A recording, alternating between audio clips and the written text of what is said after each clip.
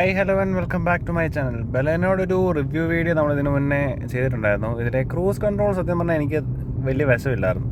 അപ്പം ഇപ്പം അത് ഏകദേശം ഒന്ന് പഠിച്ചു വന്നു എന്നുള്ളൊരവസ്ഥ എത്തിയപ്പോൾ അങ്ങ് ഒരു വീഡിയോ ചെയ്യുവാണ്. ഓക്കെ, നമ്മുടെ ഈ ഒരു ഹെഡ് അപ്പ് ഡിസ്പ്ലേയിൽ എത്രത്തോളം കാണാമെന്ന് അറിയത്തില്ലല്ലോ. ഓക്കെ, ഇപ്പോൾ നമുക്ക് ഹെഡ് അപ്പ് ഡിസ്പ്ലേ നോക്കുകയാണെന്നുണ്ടെങ്കിൽ നമ്മുടെ സ്റ്റിയറിങ്ങിൽ ഒരു കൺട്രോൾ പാനലുണ്ട്. അവിടെ ഇതാ ഈ ഒരു സ്വിച്ച് അത് പ്രസ് ചെയ്യുന്നുണ്ടെങ്കിൽ അതേ സെയിം സിമ്പിൾ നമ്മുടെ ഹെഡ് അപ്പ് ഡിസ്പ്ലേയിലും വരും. Head up display head up display വന്നതിന് ശേഷം ഒരു കോൺസ്റ്റൻറ്റ് സ്പീഡിലെത്തി നിൽക്കുന്ന സമയത്ത് അതാ ഇവിടെ ഒരു ലിവർ പോലത്തെ ഒരു സാധനമുണ്ട്, നോബ് പോലത്തെ ഒരു ജോയിസ്റ്റിക്കിൻ്റെ ഹെഡ് പോലത്തെ സാധനമുണ്ട്. നമ്മളൊരു കോൺസ്റ്റൻറ്റ് സ്പീഡ് നിൽക്കുന്നുണ്ടേ താഴോട്ട് സെറ്റും മോഡ് റീസെറ്റുമാണ്. താഴോട്ടുള്ള സെറ്റായി പിടിച്ച് താഴോട്ട് ആ ജോയിസ്റ്റിക്കിനെ ആക്കി വെക്കുക, വിടുക. അന്നേരം നമ്മുടെ ഈ ഹെഡ് അപ്പ് ഡിസ്പ്ലേയിൽ ഒരു സെറ്റ് എന്നും പറഞ്ഞുകൊണ്ട് എഴുതി വരും. കാണാമെന്ന് എനിക്കറിയത്തില്ല, എത്രത്തോളം ക്ലിയർ ആണെന്ന് തോന്നുന്നുണ്ട്. ഓൾമോസ്റ്റ് സെറ്റ് എന്ന് പറഞ്ഞുകൊണ്ട് എഴുതി വരും. അത് വന്നു കഴിഞ്ഞാൽ ആ സ്പീഡിൽ അത് സെറ്റായിട്ട് റൺ ചെയ്തോളൂ. അതാണ് സംഭവം.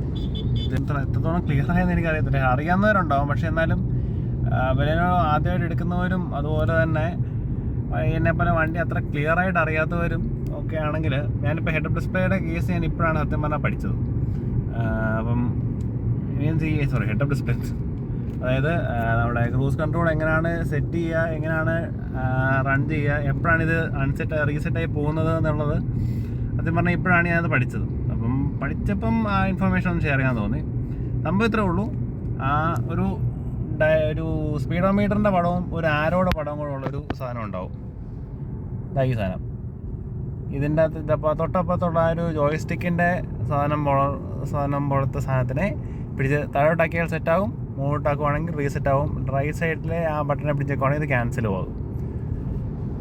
നമ്മൾ ക്ലച്ച്, ബ്രേക്ക്, ആക്സിലേറ്റർ എന്തെങ്കിലും ചവിട്ടുവാണെന്നുണ്ടെങ്കിൽ ഈ സാധനം ആ ഫിക്സ്ഡ് സ്പീഡിൽ നിന്നുള്ള സെറ്റ് ചെയ്തേക്കുന്നതിൽ നിന്ന് റിലീസാകും.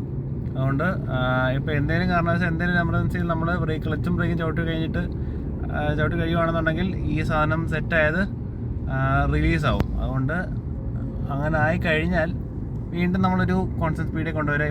ഇപ്പോൾ നമ്മൾ നിൽക്കുന്നത് എത്രയാണ്, 50-ലാണ്. ഓക്കെ, 50 ഞാൻ വെച്ചുകൊണ്ടിരിക്കുകയാണ്. ഞാൻ അതിനെ സെറ്റിലേക്ക് പിടിച്ച് പ്രസ് ചെയ്ത് വെച്ചു. 50 ഞാൻ കൺസിസ്റ്റൻ്റായിട്ട് നിർത്തുക. 50 ഇപ്പോൾ സ്പീഡ് കുറഞ്ഞു വെച്ചിട്ട് സ്റ്റേബിളായിട്ട് നിർത്താൻ കുറച്ച് നേരം. ഓക്കെ, 50 കൊണ്ടുവന്ന് വെച്ചു. ഞാൻ പ്രസ് ചെയ്ത് പിടിച്ചേക്കുവാണ്. എന്നിട്ട് ഞാൻ റിലീസ് ചെയ്യുവാണ്. അപ്പോൾ നമ്മുടെ ഇവിടുത്തെ ഫ്രണ്ടിലത്തെ സ്ക്രീനിൽ ഏത് സ്പീഡിലാണ് സെറ്റ് ചെയ്തേക്കുന്നതെന്നുള്ളത് വരും. പിന്നെ ആ സ്പീഡിലായിരിക്കും ഇത് പോകുന്നത്, വണ്ടി ട്രാവൽ ചെയ്യാൻ പോകുന്നത്. ഞാനിപ്പോൾ ആക്സിലേറ്റർ ഒന്നും ചവിട്ടിയിട്ടില്ല. ഇത് ഒരു നമ്മുടെ ക്ലച്ചോ ബ്രേക്കോ ഒന്നും ഇല്ലാതെ തന്നെ വണ്ടി കൺസിസ്റ്റൻ്റ് ആയിട്ട് തന്നെ നമ്മൾ ഏത് സ്പീഡാണോ സെറ്റ് ചെയ്തേക്കുന്നത്, അപ്പം നല്ല ഇപ്പോൾ സെറ്റാണ്, ആ സ്പീഡിൽ കണ്ടിന്യൂസ് ആയിട്ട് പോയിക്കോളൂ.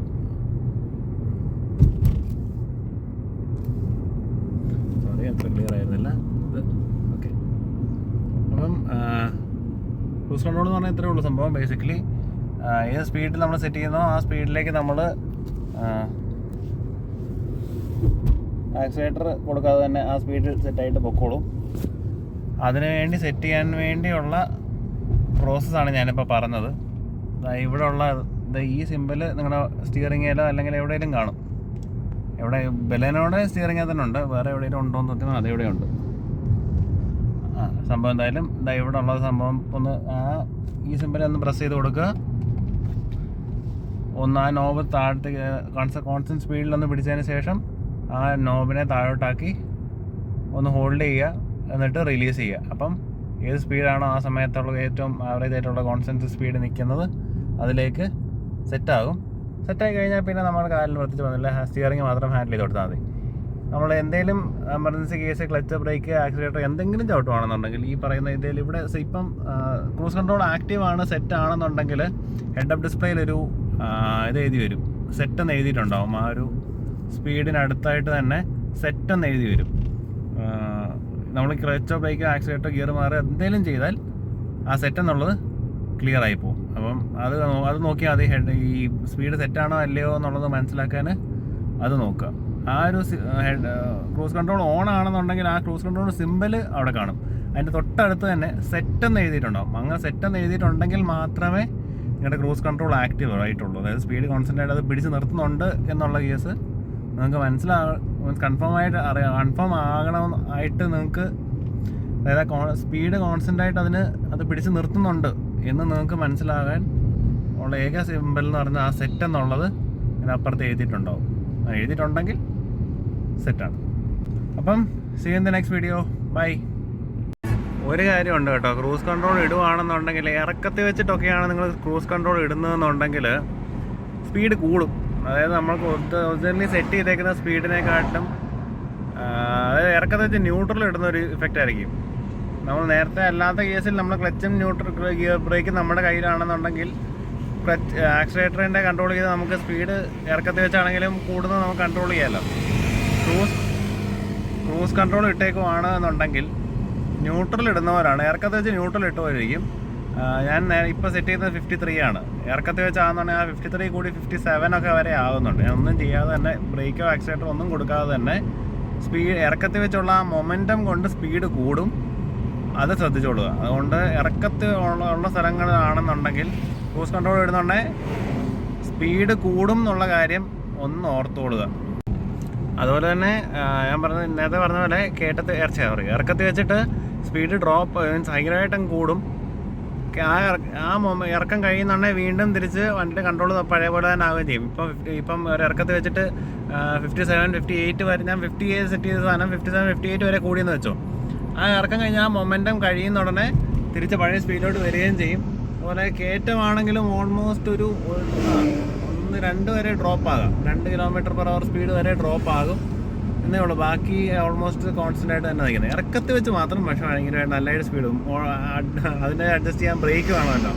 ഒരു സ്പീഡ് കൂട്ടാൻ പെട്രോൾ കൂട്ടൽ കൊടുത്താൽ മതി. മറ്റേ സ്പീഡ് കുറയ്ക്കണമെന്നുണ്ടെങ്കിൽ പെട്രോൾ കുറച്ചാലും ആ മൊമെൻറ്റം ഉണ്ടെങ്കിൽ സ്പീഡ് പിക്കപ്പ് ചെയ്തുകൊണ്ടേ ഇരിക്കത്തില്ലേ, ആ ബ്രേക്കിംഗ് സിസ്റ്റം കിട്ടത്തില്ലല്ലോ കറക്റ്റായിട്ട്. അതുകൊണ്ട് സ്പീഡ് കുറയത്തില്ല. ഇറക്കത്തിൽ വെച്ച് സ്പീഡ് കൂടും, പക്ഷേ കയറ്റത്തിൽ വെച്ച് സ്പീഡ് കുറഞ്ഞ് ഒരുപാട് പോകുന്നില്ല. ആ 2 കാര്യങ്ങളാണ്. മീൻസ് റോഡിൻ്റെ വ്യത്യാസം അനുസരിച്ച് സ്പീഡ് സെറ്റ് ചെയ്തേക്കുന്നത്, ചേഞ്ച് ചെയ്യുന്നത് ഈ 2 കാര്യങ്ങൾ മാത്രമാണ്. അതുപോലെ തന്നെ ഒരു കാര്യം കൂടെ എന്ന് പറഞ്ഞാൽ, ഞാൻ ഹെഡ് അപ്പ് ഡിസ്പ്ലേ വെച്ചിട്ടാണ് കാണിച്ചത്. അതിൽ എളുപ്പം ഇതേ നോക്കുമായിരുന്നു. ഇതേ തന്നെ കാണിക്കുന്നുണ്ട്. അതായത് സ്പീഡ് സെറ്റാണെന്നുണ്ടെങ്കിൽ ഇതേ കാണിക്കും. ഞാനിപ്പോൾ ബ്രേക്ക് ചവിട്ടുവാണെന്നുണ്ടെങ്കിൽ ആ സെറ്റ് എന്നുള്ളത് അങ്ങ് പോകും. ആ സെറ്റ് എന്നുള്ളത് പോയി കഴിഞ്ഞാൽ നമ്മൾ വീണ്ടും ആക്സിലേറ്റർ കൊടുക്കുന്നതനുസരിച്ചായിരിക്കും സ്പീഡ് ചേഞ്ച് ചെയ്യുന്നത്. പക്ഷേ ആ പ്രീവിയസ് സെറ്റ് സ്പീഡ് നമുക്ക് ആ സ്ക്രീനിൽ കാണാം. നേരത്തെ 54-ലായിരുന്നു സെറ്റ് ചെയ്തിരുന്നതെന്നുള്ളത് കാണാം. ഇനി ഞാൻ വേറൊരു ഇപ്പം 43, 44, 46 റേഞ്ചാണ് നിൽക്കുന്നത്. ഞാൻ അവിടെ വെച്ചിട്ട് ഞാൻ ആ ഒരു പൊസിഷനിൽ വെച്ച് ഏകദേശം ആ ഒരു സ്പീഡ് മെയിൻറ്റെയിൻ ചെയ്ത് വെച്ചുകൊണ്ട് ഞാൻ സെറ്റൊന്ന് പ്രസ് ചെയ്തു, റിലീസ് ചെയ്തു. 44-ൽ സെറ്റായി. ഞാൻ കാല് റിലീസ് ചെയ്ത്, മീൻസ് ആക്സിലേറ്റർ കൊടുക്കാതെ തന്നെ 44-ൽ മെയിൻറ്റെയിൻ ചെയ്ത് വണ്ടി കീപ്പ് ചെയ്തോളൂ. ഇതൊന്ന് പരിചയമാകാനുള്ളൊരു ഡിലേ ഉണ്ട് കേട്ടോ. ആദ്യം ഞാൻ പറഞ്ഞ പോലെ വലിച്ചു പിടിച്ചുകൊണ്ടിരുന്ന സ്പീഡ് കോൺസ്റ്റൻ്റ് ആയിട്ട് വെച്ച് വലിച്ചു വെക്കുക എന്നുള്ളതെന്ന് പറഞ്ഞാൽ ഫസ്റ്റ് നമ്മൾ സ്റ്റാർട്ട് ചെയ്യുമ്പം, അതായത് ആദ്യമായിട്ട് നമ്മളിത് സാധനം ചെയ്യുന്ന സമയത്ത് അങ്ങനെ ഇച്ചിരി ശ്രദ്ധിച്ച് ചെയ്താലേ നമുക്ക് ഈ സാധനം കറക്റ്റ് ഒന്ന് സെറ്റ് ചെയ്തെടുക്കാൻ പറ്റുള്ളൂ. പിന്നെ ഒന്ന് പരിചയമായി കഴിഞ്ഞാൽ ഈ സംഭവം എളുപ്പമാകും. ഇനിയിപ്പോൾ ഞാൻ ഇച്ചിരി ഒന്ന് സ്പീഡ് കൂട്ടുമെന്ന് വെച്ചോ, അന്നേരം ആ സെറ്റ് മാറുന്നില്ല, സ്പീഡ് കൂടുന്നുണ്ട്. അന്നേരം ആ സെറ്റ് സ്പീഡ് ബ്ലിങ്ക് ചെയ്യാൻ സ്റ്റാർട്ട് ചെയ്തു. അത് കഴിഞ്ഞിട്ട് ആ സമയത്ത് ഞാൻ സെറ്റ് ഒന്ന് പ്രസ് ചെയ്യുവാണ്, റിലീസ് ചെയ്തു. ഇപ്പോഴത്തെ സ്പീഡ് 53 ആണ്. 53-ൽ അത് ലോക്കാവും.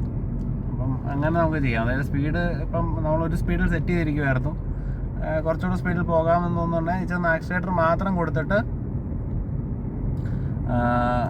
നമുക്ക് ഒരു ഓക്കെ ആയിട്ടുള്ളൊരു സ്പീഡ് എത്തുന്നുണ്ടെങ്കിൽ സെറ്റൊന്ന് പ്രസ് ചെയ്ത് പിടിച്ച് റിലീസ് ചെയ്താൽ മാത്രം മതി. ആ സ്പീഡിലോട്ട് സെറ്റ് ആയിക്കോളും. ഒരു കാര്യം കൂടെ പറയണമെന്നുള്ളത് കേട്ടോ, വെച്ചാൽ ഇത് 40-ന് താഴെയുള്ള സമയത്ത് ക്രൂസ് കൺട്രോൾ ആക്ടിവേറ്റ് ആകുന്നില്ല. ഞാൻ ഒന്ന് കുറയ്ക്കാം കേട്ടോ.